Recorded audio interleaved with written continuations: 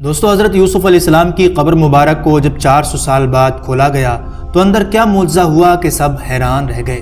آپ کی قبر مبارک کو دنیا کے سب سے بڑے دریا کے نیچے کیوں دفن کیا گیا اور یہودی آج اس تابوت کو پانے کی کھوج میں کیوں لگے ہیں؟ آج کا یہ ویڈیو آپ کے لیے بہت خاص ہے، اس کو اینڈ تک ضرور دیکھیے گا۔ دوستو فلسطین کے مغربی کنارے پر ایک شہر آباد ہے جس کو نابلس کہا جاتا ہے۔ نابلس میں ایبل پہاڑی کے قریب ایک جگہ ایسی ہے جس پر 50 سالوں سے اسرائیلی یہودیوں اور فلسطینی مسلمانوں کے درمیان ایک جنگ چھڑی ہے۔ یہودیوں کے مطابق جسے وہ مقام یوسف جانتے ہیں وہاں حضرت یوسف علیہ السلام کا مزار ہے، جبکہ مسلمان کہتے ہیں کہ یہاں حضرت یوسف علیہ السلام کا مزار مبارک نہیں ہے۔ تاریخ دان اور اتہاس کار یہودیوں کے اس دعوے سے انکار کرتے ہیں۔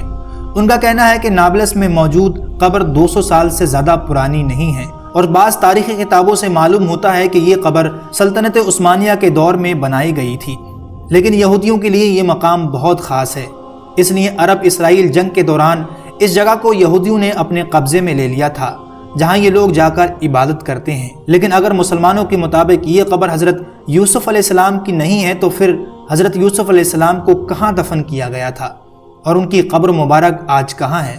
آئیے جانتے ہیں۔ دوستو اللہ نے ہر نبی کو بہترین حسن اور خوبصورت آواز بنا کر مبعوث فرمایا۔ حضرت یوسف علیہ السلام کو بھی خوبصورت حسن سے نوازا گیا تھا، یعنی حضرت محمد صلی اللہ علیہ وسلم کے حسن کا آدھا حسن اللہ نے حضرت یوسف علیہ السلام کو عطا کیا۔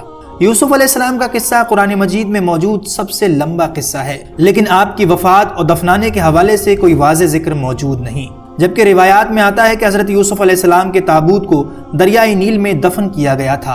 اور کیا اب بھی حضرت یوسف علیہ السلام کی قبر دریائے نیل میں موجود ہے یا پھر زمین کے کسی اور خفیہ حصے پر؟ یہ سب آگے آپ اس ویڈیو میں جانیں گے۔ دوستو بچپن میں کس طرح سوتیلے بھائیوں نے حسد کی بنا پر آپ کو کنویں میں پھینک دیا اور آپ کو مصر کے بازار میں بطور غلام بیچ دیا گیا، اور عزیز مصر کی بیوی نے آپ کو جیل میں قید کروا دیا، لیکن ان سب مصیبتوں کے باوجود ایک دن حضرت یوسف علیہ السلام مصر کے سب سے اونچے طاقتور عہدے پر پہنچ گئے۔ جب آپ کو عزیز مصر بنایا گیا، آپ علیہ السلام کے اخلاق اور برکات کی وجہ سے ہر کوئی آپ سے بے پناہ محبت کرنے لگا۔ اللہ نے آپ کو بے پناہ خوبصورتی اور حسن و جمال سے نوازا تھا۔ آپ کا تعلق انبیاء اکرام کے خاندان سے تھا۔ آپ کے والد حضرت یعقوب، آپ کے دادا حضرت اسحاق اور آپ کے پردادا حضرت ابراہیم علیہ السلام تھے۔ جب آپ عزیز مصر کے عہدے پر فائز ہوئے، اس دوران ایک ایسا وقت آیا کہ ساری دنیا میں قحط برپا ہو گیا، ہر طرف بھوک مری پھیل گئی، اناج کے سارے ذخیرے بھی ختم ہو چکے تھے، لیکن اس وقت میں بھی اللہ نے حضرت یوسف علیہ السلام کے صدقے مصر کو خوشحال رکھا، یہاں تک کہ لوگ دور دراز سے مصر میں اناج خریدنے کے لیے آیا کرتے۔ یہی وجہ تھی کہ مصر کے لوگ حضرت یوسف علیہ السلام کو سلطنت مصر کے لیے اللہ تعالیٰ کی طرف سے فیض و برکات والا مانتے۔ مصر کا ہر ایک شخص آپ کو برکت کا باعث سمجھنے لگا۔ جب آپ کا آخری وقت آیا، آپ علیہ السلام جب اس دنیا سے رخصت ہونے لگے، تو اس وقت آپ کی وفات کے بعد آپ کے مقام دفن میں لوگوں میں سخت اختلاف پیدا ہو گیا۔ ہر قبیلے والا حصول برکت کے لیے اپنے ہی محلے میں دفن کرنے کی ضد کرنے لگے۔ آخر لوگوں میں اس بات پر سہمتی ہوئی کہ حضرت یوسف علیہ السلام کو دریائے نیل کے پانی کے نیچے دفن کیا جائے، تاکہ دریا کا پانی آپ کی قبر منور کو چھوتا ہوا گزرے اور تمام مصر والے اس پانی سے فیضیاب ہوتے رہیں۔ چنانچہ آپ کے جسم کو سنگ مرمر کے ایک خوبصورت صندوق میں رکھ کر دریائے نیل میں دفن کیا گیا۔ پھر ایسے ہی وقت گزرتا گیا، یہاں تک کہ 400 سال ہو گئے۔ روایتوں کے مطابق جب بنی اسرائیل فرعون مصر کے غلام بن گئے تو موسیٰ علیہ السلام کی رہنمائی میں انہوں نے مصر سے ہجرت کی، لیکن ہجرت کے دوران موسیٰ علیہ السلام راستہ بھول گئے اور بنی اسرائیل نیل کے قریب ہی بھٹکنے لگے۔ بنی اسرائیل نے بہت کوشش کی لیکن انہیں صحیح راستہ نہ ملا۔ علماء بنی اسرائیل نے کہا کہ حضرت یوسف علیہ السلام نے اپنے آخری وقت میں ہم سے یہ وصیت کی تھی کہ جب مصر سے چلیں تو آپ علیہ السلام کے تابوت کو بھی یہاں سے اپنے ساتھ لیتے چلیں۔ حضرت موسیٰ علیہ السلام نے ان سے فرمایا کہ تم میں سے کون جانتا ہے کہ یوسف علیہ السلام کی قبر کہاں ہے؟ ان سب نے انکار کر دیا کہ ہم نہیں جانتے، ہم میں سے ایک بڑھیا کے سوا کوئی بھی اس قبر سے واقف نہیں۔